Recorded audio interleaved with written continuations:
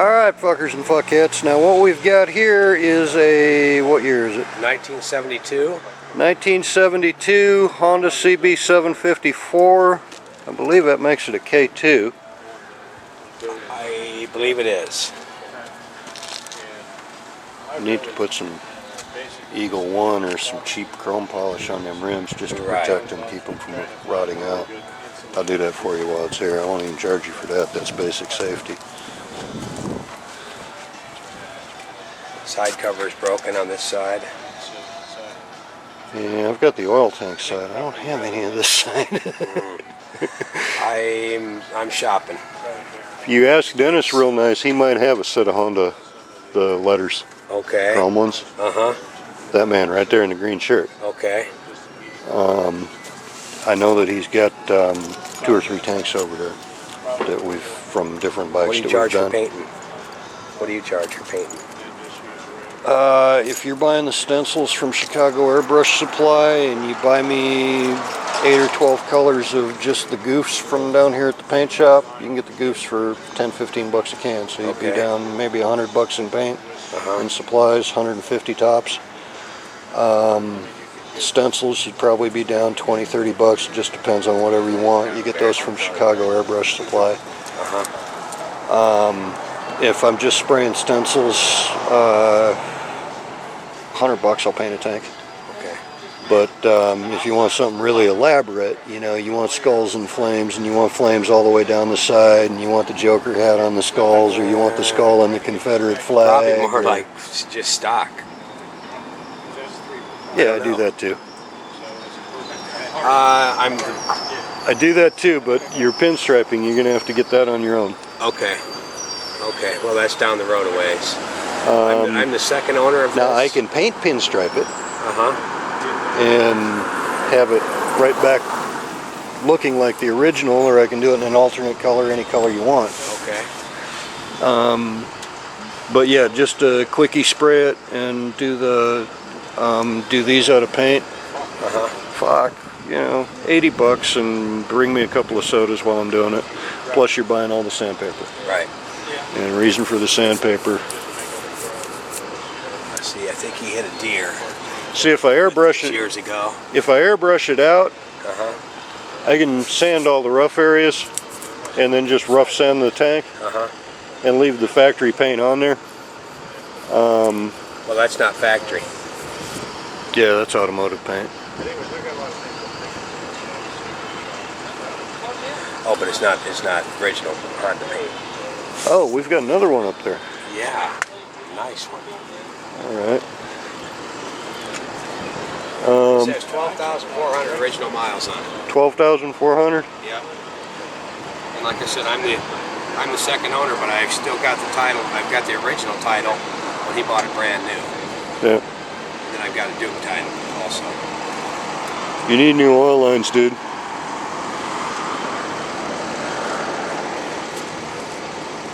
Okay. You need new bag lines. Those are way too old to be running. That's just fucking crazy. Okay. I'm not being an asshole or nothing. That's I believe you. Really basic safety.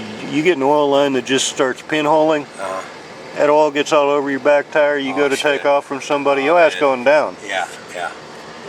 When they're that old, you don't even run them. Okay. Okay. That's me sounding like your granddad there, because that's just, you don't do that. I believe you, yeah. And I don't care if I change them, somebody else changes them, you change them. I mean, it's only one fitting here and 2 little bolts here. Yeah. I mean, you can change them yourself in like 5 minutes, and you probably get them from CB750parts.com. They'd probably only charge you 30 or 40 bucks. Okay. And what you do is you just wait until your next oil change. Do it right then, because you got to drain your bag anyway. Right. Yeah. Or just do your oil change right then. Right. Yeah. That's probably what I'll do. Yeah. I mean, that's not safe nor sane. The oil in it. That's truly not me being an asshole or trying to sound like one. That is not safe nor sane. Right. Yeah. Now, I don't know what it's going to be like. I took the bowls off the carburetors and cleaned those, and I put seafoam in it. What did you get a new caliper, or am I supposed to provide one, or?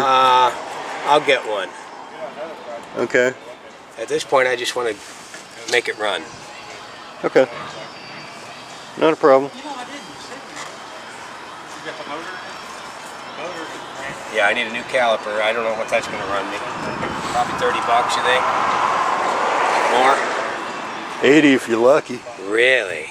Yeah, by the time you get the pads and everything. Yeah, okay. And don't go cheap on that rotor. Get them carbon pads.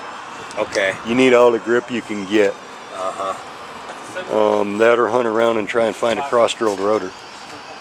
Okay. Or cross-drill the rotor yourself.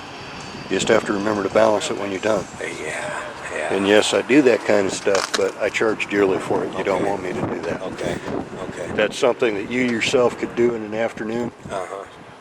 That, I mean, for me to do it, I'd have about 400 bucks just in bits. Right. Yeah. Okay.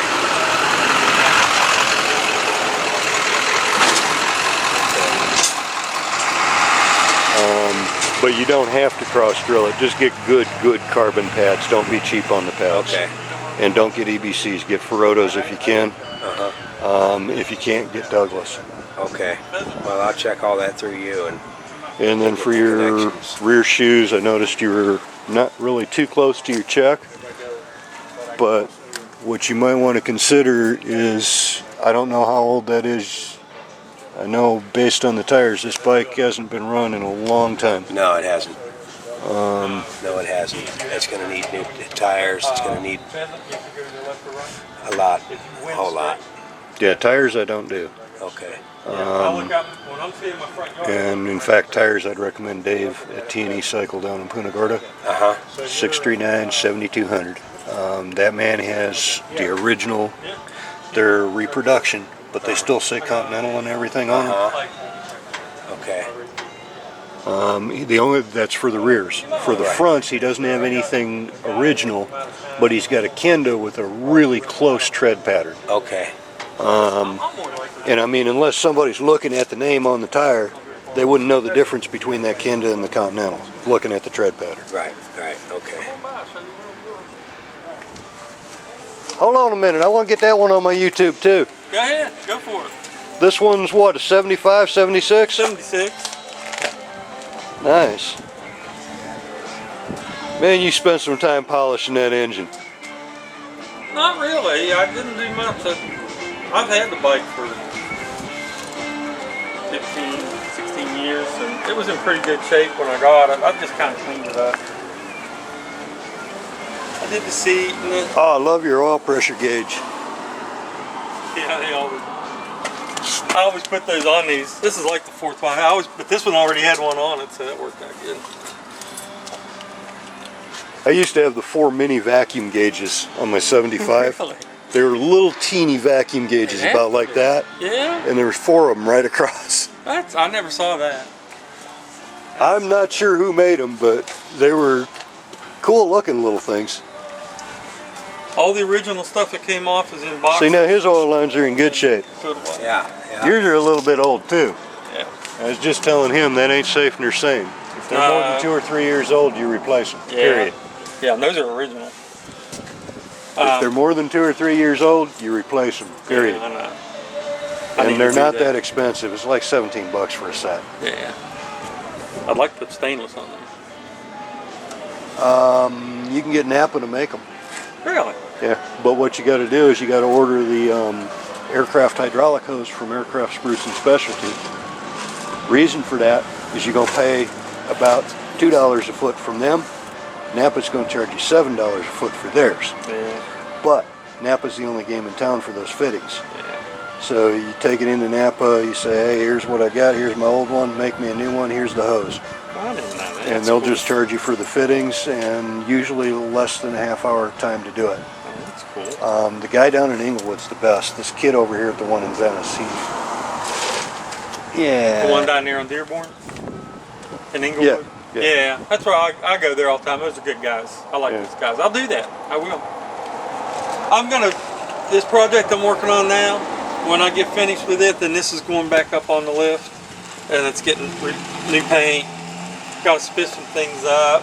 I dropped something a couple months ago and ding my fender. The fender was perfect. So, If you ask him nice, he's got one, but you're going to spend a day polishing it out. I'm not kidding. I want to make this thing, when I do it again, then I will go ahead and polish all the aluminum out. I'll make it look like, I'll brighten it up like chrome and do things, and then... Oh no, I use the white polishing rouge. Yeah. And then I chase it with the red about 3 times and then hit it with the white again. Yeah. And I end out with a satin mirror. Yeah, and I bet. Literally, it's like looking into an old-time silver mirror. That's cool.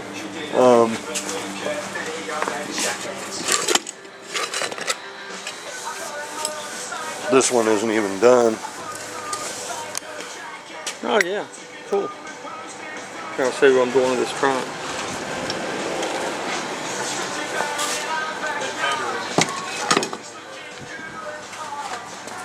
Do you okay, right?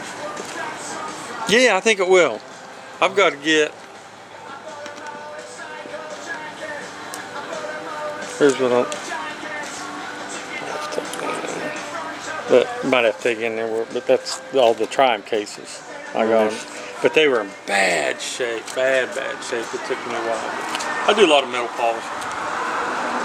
I'll show you some more.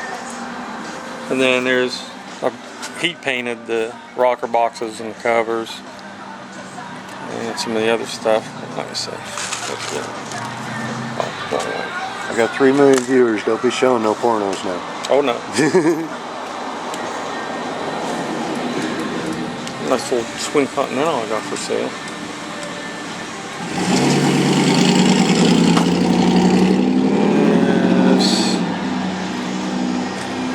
Sorry, hang on, I'll get to a better picture of this. There's my dogs. That's a shift linkage I made up for to change the shift from right-hand shift to left-hand shift for that tri. Yeah. And then it's got a...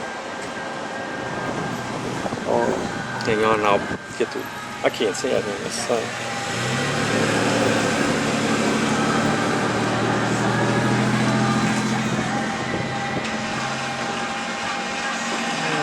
Sorry, these are detailed pictures.